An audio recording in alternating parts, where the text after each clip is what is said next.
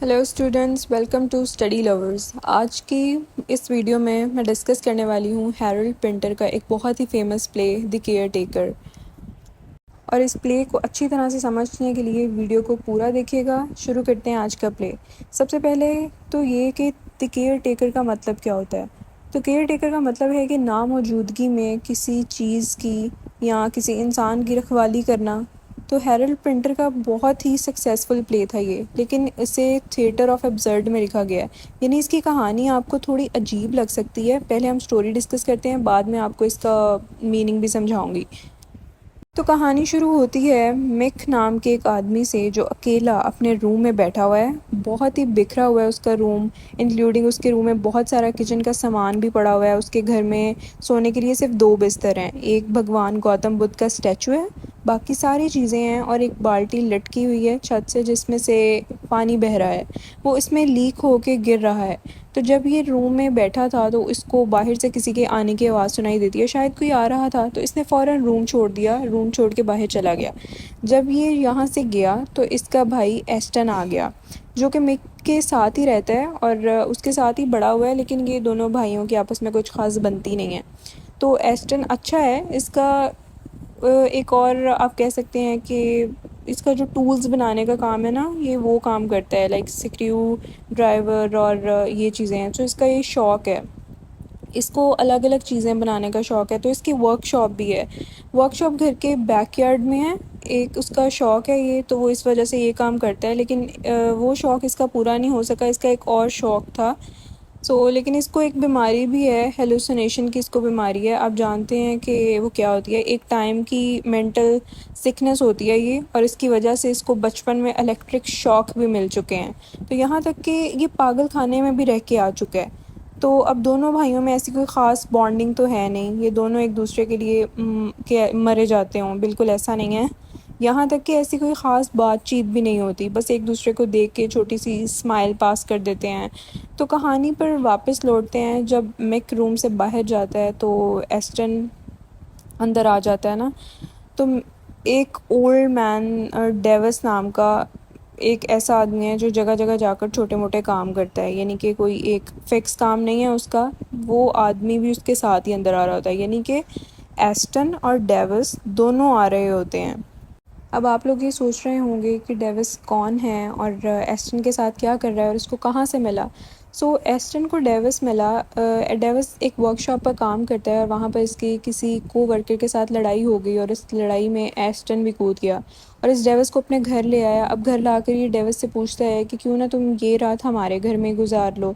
तो डेविस बोलता है कि ठीक है, लेकिन तुम्हारे रूम की हालत तो देखोगे कितना बिखरा हुआ है, और इस बिल्डिंग में तो वो नेग्रोज लोग भी रहते हैं ना, जो काले लोग होते हैं। अच्छा, मुझे पहनने के लिए एक पेयर ऑफ शूज़ ला दो, और मुझे कोई कपड़े भी ला दो। वो डेविस उसको ला के देता है एक पेयर ऑफ शूज़ और कपड़े।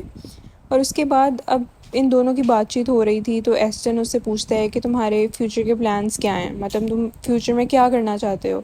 इस बात पे कोई ख़ास जवाब नहीं देता, तो बात बदलता हुआ पूछता है कि ये गौतम बुद्ध का स्टैचू किसका है। एस्टन इस बात का जवाब तो देता है, लेकिन कुछ ख़ास अच्छे तरीके से जवाब नहीं देता, और रात को डेविस यहीं पर सो जाता है। रात को जब ये सो रहा होता है तो ज़ोर ज़ोर से खर्राटे लेता है, बहुत आवाज़ करता है। तो एस्टन अगले दिन सुबह बोलता है कि तुम रात को सोते हुए बहुत आवाज़ कर रहे थे। तो बोला, नहीं नहीं, मैं तो बिल्कुल भी नहीं कर रहा था। तुम्हारी बिल्डिंग में ये जो ब्लैक लोग रहते हैं ना, जो नेग्रोज लोग हैं, ये शोर कर रहे थे। तुम्हें गलत फहमी हुई होगी, मैं आवाज़ नहीं कर रहा था। उसके बाद एस्टन बाहर चला जाता है कोई एक टूल ख़रीदने के लिए। अब एस्टन जब घर से बाहर चला जाता है तो पीछे से ये डेविस क्या करता है कि उसके घर में पड़ी चीज़ों में छेड़ाछाड़ी करता है, शायद कुछ चोरी करने के लिए। इसको पता नहीं है कि उसका एक भाई मिक घर पर ही है, कि मिक तो अपने रूम में बैठा हुआ है। तो मिक जब उसको देखता है तो वह हैरान हो जाता है कि हमारे घर में ये कौन घुस आया है, और डेविस पे अटैक कर देता है। तो डेविस अपने आप को बचाता है उससे, और फिर इन दोनों में बात होती है। तो मिक पूछता है कि तुम कौन हो। तो डेविस उसको अपना असली नाम तो नहीं बताता, उसको अपना झूठा नाम बता देता है कि मेरा नाम हैरी जैंकर्ट्स है। तो वहीं पर फ़ौरन एस्टन आ जाता है और कहता है कि मिक, इसको मैं लेकर आया हूँ। मिक को दोनों में कोई इंटरेस्ट नहीं आता और वो वहाँ से चला जाता है। अभी एस्टन डेविन से क्या पूछता है कि क्या तुम इस घर के केयर टेकर बनना चाहोगे।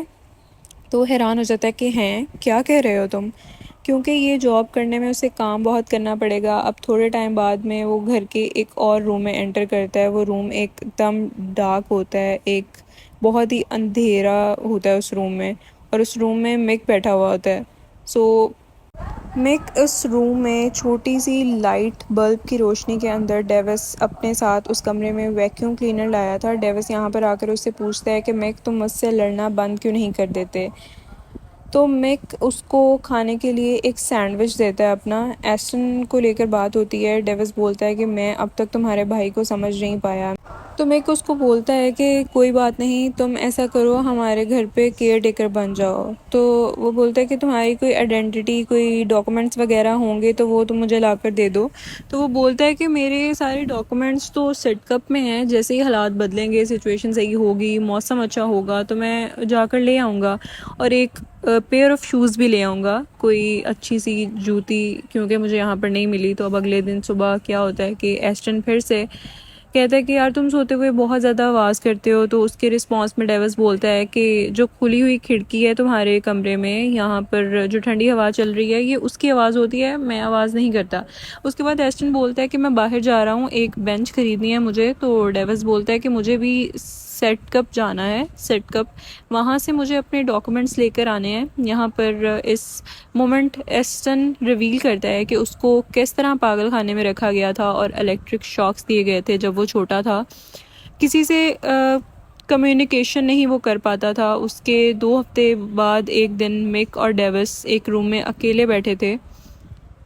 तो डेविस मिक से पूछता है कि तुम दोनों भाई आपस में बात क्यों नहीं करते। तो मिक कहता है कि एस्टन से बात करना बहुत ही मुश्किल है। ये दोनों भाई एक रात फिर से जब डेविस सो रहा था तो चिल्लाकर बोला कि चुप हो जाओ, क्योंकि वो बहुत ज़्यादा खराटे मारता था। तो डेविस को भी गुस्सा आ गया और उसने एस्टन से कहा कि तुम जाओ अपने दिमाग का इलाज करवाओ पहले, कि तुम पागल आदमी हो। उसको गुस्सा आ गया तो उसने चिल्लाकर बोला कि डेविस को कि तुम यहाँ से निकलो, तुम हमारे घर से निकल जाओ। तो डेविस ने छुरी उठा ली गुस्से में और एस्टन के गले पे रख दी। और डेविस ने कहा मिक से कि तुम्हारा भाई पागल है, इसे पागल खाने में भेज दो। मिक ने डेविस को घर से बाहर चले जाने के लिए कहा और गौतम बुद्ध का स्टैचू उसको नीचे ज़मीन पर गिरा दिया और वो टूट गया। उसके बाद एस्टन जब रूम के अंदर आया तो उसने छोटी सी स्माइल दी और रूम छोड़ के चला गया। एस्टन ने देखा कि गौतम बुद्ध का स्टैचू नीचे पड़ा हुआ था, टूटा हुआ था, लेकिन जाते जाते उसने एक बात कही कि एस्टन उससे बहुत काइंड था और उसने उसको बहुत काइंडली ट्रीट किया, और उसके बाद वो घर छोड़कर चला गया। और यहीं पर ही प्ले ख़त्म हो जाता है। लेकिन इस प्ले का मोटिव क्या था, मैसेज क्या था? इस प्ले का मोटिव और मैसेज था लोनलाइनेस, आइसोलेशन, कि दो भाई एक ही घर में रहकर एक दूसरे से ठीक से बात भी नहीं करते, कि मॉडर्न सोसाइटी में एक दूसरे में कितना लैक ऑफ कम्युनिकेशन है कि एक दूसरे से बात करना कोई ज़्यादा पसंद नहीं करता। प्ले में ये गौतम बुद्ध का स्टैचू, शूज़ और छत से लटकी हुई बाल्टी, ये तीनों सिंबल्स हैं।